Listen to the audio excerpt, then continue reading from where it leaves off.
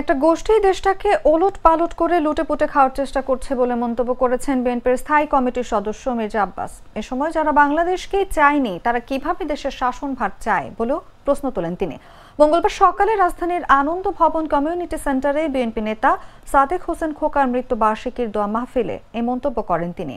ধর্মের দোহাই দিয়ে তারা দেশটাকে বিভক্ত করতে চায় বলেও মন্তব্য করেন মির্জা আব্বাস। এই দেশে মানুষের সমস্যা সমাধানে এই সরকারের কোনো লক্ষ্য নাই, আছে এভাবে উলটপালট করে দিয়ে মাল উঠে ফুটে খাই। এটা তোমরা পরশু দিন আমি জানি না, আমরা পড়েছি কবির একটা ভাষ্য, উলটপালট করে দিয়ে মাল উঠে ফুটে খাই। এখন দেশটাকে উলটপালট করে দিয়ে একটা শ্রেণী জুড়েছে দেশে নতুন, এই শ্রেণী দেশটাকে লুটে ফুটে খাওয়ার চিন্তা ভাবনা করতেছে, দেশটাকে ধ্বংস করার চিন্তা ভাবনা করতেছে। যারা জীবনে মাথা তুলে কথা বলতে পারে নাই তারা আজকে মাথা তুলে কথা বলে, চোখে চোখ রেখে কথা বলে। এই সাহস, এই শক্তি কোথায় পেল?